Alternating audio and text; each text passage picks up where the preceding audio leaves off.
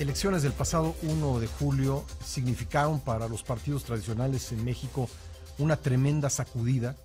La cantidad de votos que se llevó la coalición que será gobierno a partir del 1 de diciembre, pues es inusitada en la historia electoral mexicana. 30 millones de votos, era difícil de imaginar. Ningún candidato presidencial había rebasado los 20.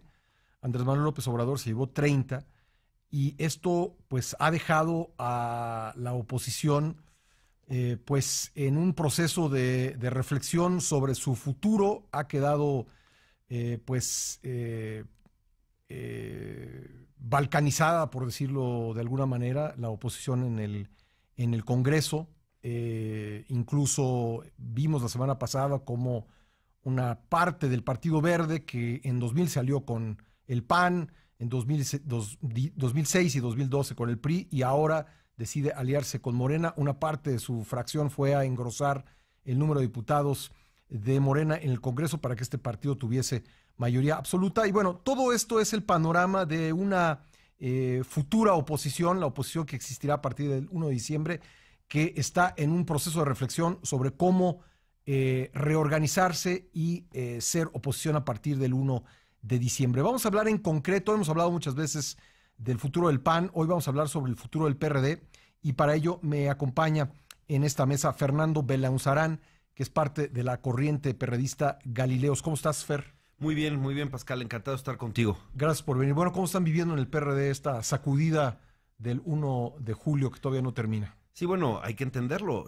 Hay una crisis de los partidos, digamos, entre comillas, tradicionales. El PRD está en la peor crisis de su historia, no hay por qué ocultarlo. Y creo que el panorama es no solo que regresamos al país de la hegemonía presidencialista o hiperpresidencialista, y ya vimos que el primor se está poniendo verde y que hay esa nueva avasalladora mayoría que se está construyendo, sino también una crisis de la oposición. Y el PRD está en su peor momento, no hay que ocultarlo. Hay un voto de castigo muy claro de la sociedad frente a los distintos partidos, obviamente sobre el PRI. El PAN también está en un momento complicado, pero el PRD, esos bastiones, por ejemplo, en la Ciudad de México, etcétera, pues fuimos borrados. Las 3 gobernaturas que tenía el PRD en las elecciones las perdió. Nuestro porcentaje de votación bajó tremendamente. Y lo que hay que decir es que ya no se puede apostar a las clientelas, a las estructuras. Lo que nos trajo después el 1 de julio es que la moneda clave se llama credibilidad. Lo que requerimos es credibilidad y hoy el PRD no tiene credibilidad. ¿Para ¿Cómo recuperarla? Pues mira, lo que nosotros estamos planteando es empezar de cero. Disolver el PRD y empezar de cero. Que ya no sean las correlaciones como están, con todos los vicios que se han cargado, porque, mira, visto a la distancia, ¿dónde está el punto de la crisis, me parece? Visto a la distancia fue que la transición a la democracia en México fue que el PRI dijo, quieren el poder, vénganse a la fiesta, con nuestros códigos no escritos, con nuestros excesos. ¿Y todo el mundo le entró? Y todo el mundo le entró mimetizándose con el partido del viejo régimen, porque claro que era cómodo teniendo esas tremendas ventajas. En Morena, muchos de los que se beneficiaron de este modelo después de la transición, ahí están, pero digamos que les funcionó. Es una impostura genial. Se cambiaron el celofán, dijeron somos nuevos, a pesar de que muchos de ellos hayan venido de lo mismo, pero bueno, lo que nosotros tenemos que hacer es más que lamentarnos de eso, actuar, y por eso decimos empecemos desde cero. Si hay quien está planteando en una elección interna en el partido, o sea, ahora sí que es no entender que no se entiende, y lo que vimos para el nombramiento de nuestros coordinadores parlamentarios, etcétera, es patético. Es ver cómo se acomodan las corrientes en lo interior, cómo resuelven sus conflictos o sus espacios, olvidándonos de algo fundamental, la imagen que damos a la opinión pública. Ahora, el problema de refundarse es que existe un registro electoral, y además es un registro electoral que viene desde los tiempos del Partido Comunista. Así es. Es el mismo que ha heredado el PRD. Eso tiene un valor.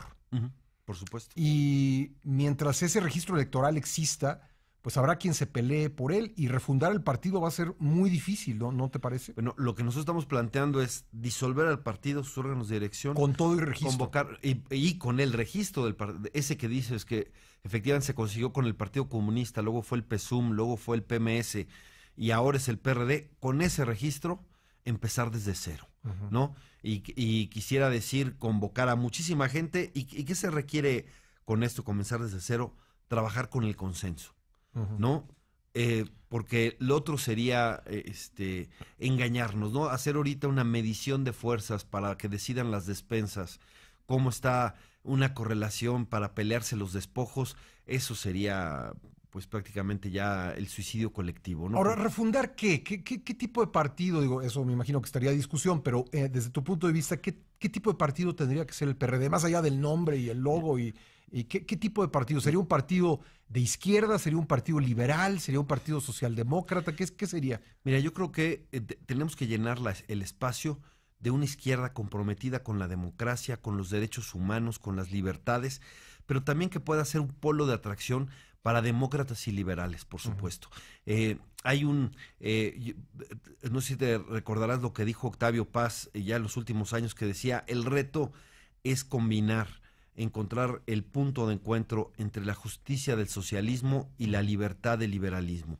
Yo creo que eso podemos hacer, más ahora que ha regresado los tiempos de la hegemonía hiperpresidencialista, etcétera, vertical, nosotros reivindicar la democracia, reivindicar el federalismo y reivindicar, por supuesto, libertades y derechos humanos.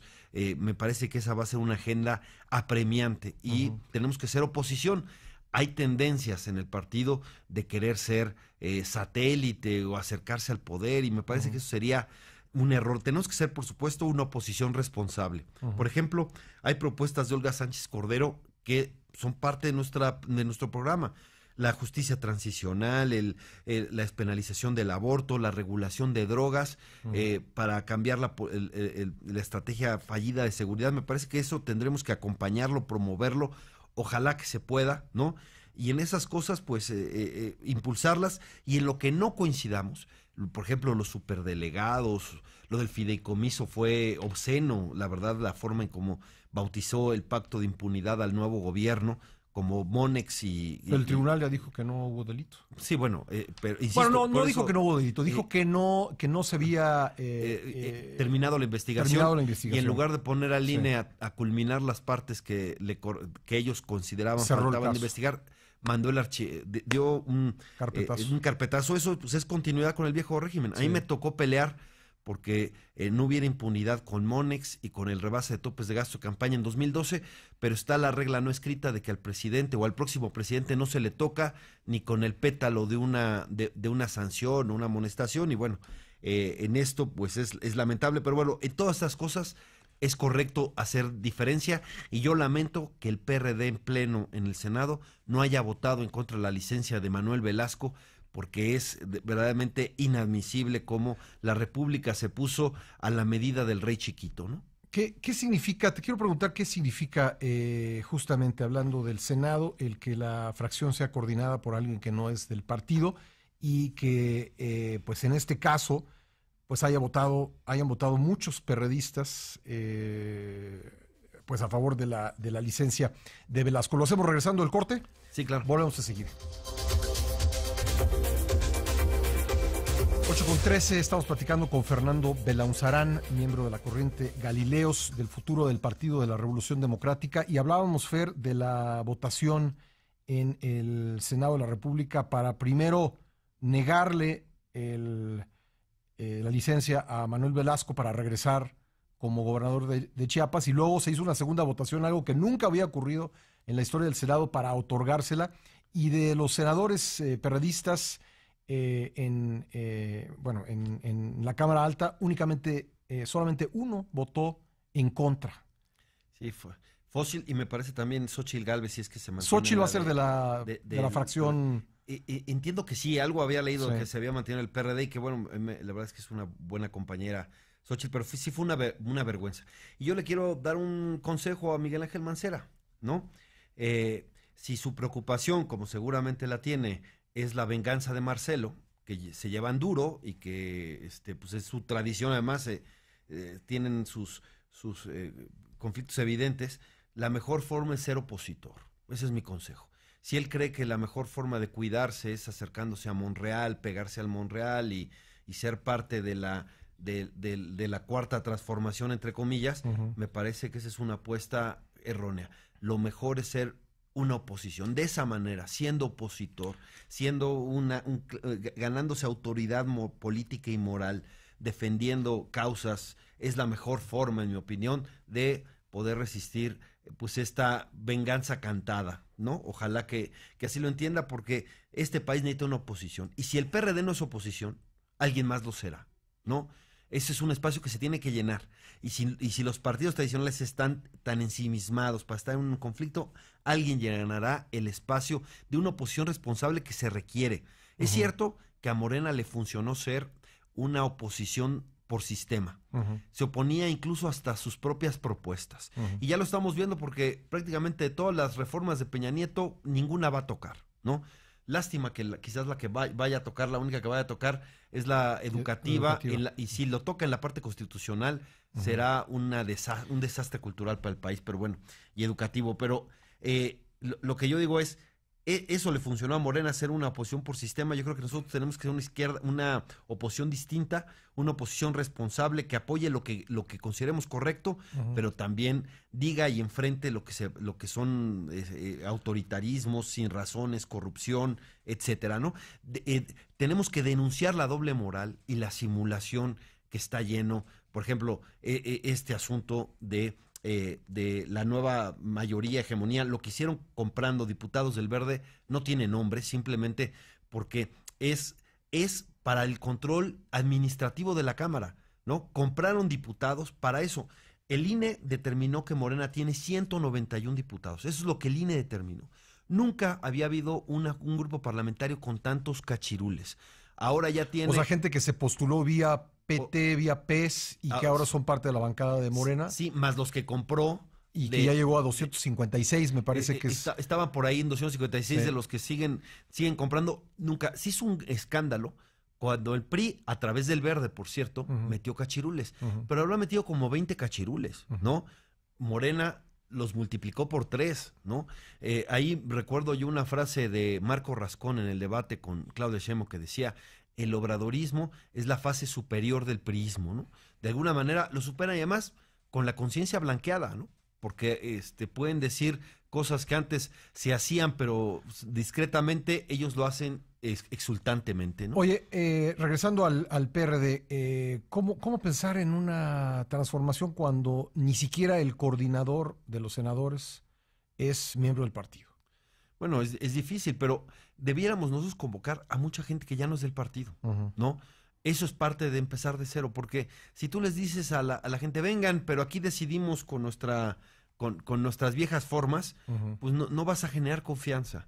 Y yo creo que la forma de generar confianza es: nos disolvemos e invitamos a muchos a construir las cosas por consenso de una manera distinta, ya no simplemente con lo que yo llamo sectarismo patrimonial, que es el de las corrientes, esta tribucracia en donde se pelean por cargos y candidaturas, y uno dice, ¿y para qué? Pero se pelearon por la coordinación en la Cámara de Diputados, se la van a rotar. Se la van a rotar, pero lo peor es que no entendieron que necesitas poner como tu gran vocero de la Cámara a alguien que tenga credibilidad social. ¿Quién ¿no? tiene credibilidad, digamos, entre los legisladores y demás personas que resultaron elegidas? Mira, ¿Quién tiene para ti credibilidad que pudiese ser alguien que le dé estatura moral al partido en este momento? Mira, yo creo que Juan Cepeda estaba el momento para que él tomara estafeta. Pero votó a favor de Velasco. Ese fue un error. No entiendo por qué hicieron tal barbaridad.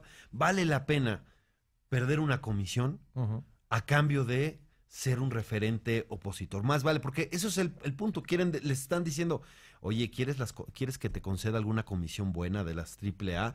Pues entonces quédate calladito. Y acá están asumiendo los viejos códigos, ¿no? Eso es una tremenda simulación. Insisto, Morena se atrevió a hacer lo que el PRI no, porque el PRI pudo hacer en 2015 lo mismo: juntar a todos los diputados afines, comprar algunos más para tener la mayoría absoluta y quedarse con el control administrativo del Congreso 3 años. El PRI tuvo pudor para hacerlo, para no hacerlo, perdón, Morena llega con todo para hacerlos con una desvergüenza tremenda y los sigue teniendo controlados porque viene la discusión de las comisiones, las subvenciones que les dan a los grupos parlamentarios. Este asunto de la austeridad es una tremenda simulación si no se cumple la Ley General de Transparencia. En todo, lleva la Ley General de Transparencia respecto al Congreso sin cumplirse 3 años. Revisa el 13º transitorio. Ahí establece la obligación de la Cámara, de las 2 cámaras, de subir toda la información a las plataformas y es el único lugar donde los grupos parlamentarios son sujetos obligados de la Ley de Transparencia y por lo tanto obligados a decir qué pasa hasta con el último peso. Eso no se cumplió de 2015 a 2018. El transitorio entraba en vigor el 30 de agosto de 2015. Bueno, llevamos 3 años sin cumplirse. Vamos a ver, eso es mejor que simplemente el populismo ramplón de llevar Tupperwares para decir que se hace en su comida en su casa. Eso es una simulación barata. Oye, transparente. Por último, ¿qué tanto apoyo tiene en el PRD la propuesta que has venido haciendo de disolver al partido y fundar uno nuevo? Pues mira, hay algunos que nos dicen en principio que les gusta la idea y que hay que verlo, ¿no? Pero yo digo que es por conciencia de preservación, porque si este partido no hace algo, si no nos sacudimos, el PRD pierde el registro en 2021. Y los Galileos no vamos a prestarnos a ninguna simulación. O realmente cambiamos y buscamos hacer algo que sea verdaderamente creíble, que pueda atraer a mucha gente, que nos una la convicción democrática, que es tan importante defender este momento, o si no hay condiciones en el PRD para hacer esto, estamos pensando también tomar la decisión de construir un nuevo partido con otras fuerzas que pudieran hacerlo. Es una decisión que se tiene que tomar, imagínate, a más tardar en enero de 2019, porque si no se hace en enero de 2019, la próxima apertura a nuevos partidos es hasta el 2025, porque cada 6 años se abre la puerta para nuevos partidos. Entonces queremos darle la oportunidad al PRD y decir, órale, vamos con este registro, pero no a simular, a hacer algo distinto, nuevo, que tenga credibilidad, una cuestión mucho más horizontal, rompiendo los vicios y las inercias de las tribus, o un nuevo proyecto, porque lo que está pesando más en los partidos es que está pesando más la inercia que la conciencia de la crisis. Fernando Belauzarán, gracias. Gracias por a venir. ti, Pascal, un gusto charlar contigo. Gracias, igualmente. Vamos a estar pendientes de este proceso de reflexión dentro del PRD.